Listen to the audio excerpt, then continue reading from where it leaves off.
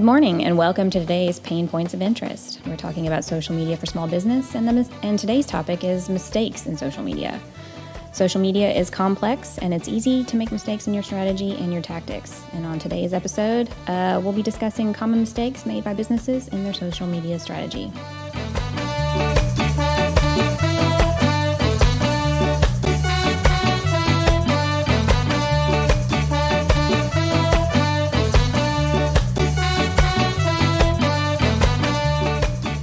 If what you're saying to audiences on social media isn't getting engagement, then you might be dealing with what the most common mistake that it's made in social media business, and that is relevancy.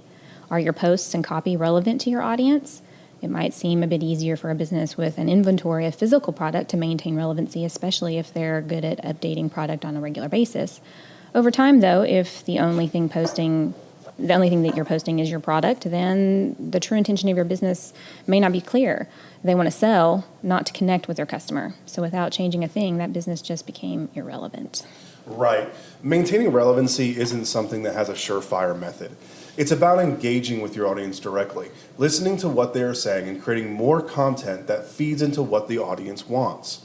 In traditional advertising setups, such as television or radio, you see this concept in the combination of the advertisements you see, surveys, and market research. Ratings is a perfect example of the feedback you get from your audience. You'd actually have select audiences or portions of it that spoke to demographics. So there needed to be entirely separate systems for each of those areas that would then come together for the purpose of analyzing the needs of the customer. In today's advertising world, whether it's paid or organic, you can do advertising, surveying, and market research in as little as one post. One person can truly gauge the relevancy of a piece of content. Yeah, and sometimes one person is all a small business has to deal with social media and everything else has to be done daily. That can make it brutally difficult to post enough content to really make a difference, which is the second mistake businesses make. Social media works on the idea of relevant information in front of people's eyes right then. The more content you produce, that's more likely some of it is more likely to be relevant to the audience. If you don't post enough content or even enough of the variety of content, then you aren't really engaging a wide enough audience to understand what works and what doesn't. I also think that misunderstanding the platform is another mistake people make related to their content especially.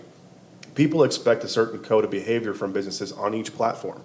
And knowing when to follow that code of behavior and when not to is important. For example, on Instagram, stories play a very specific role.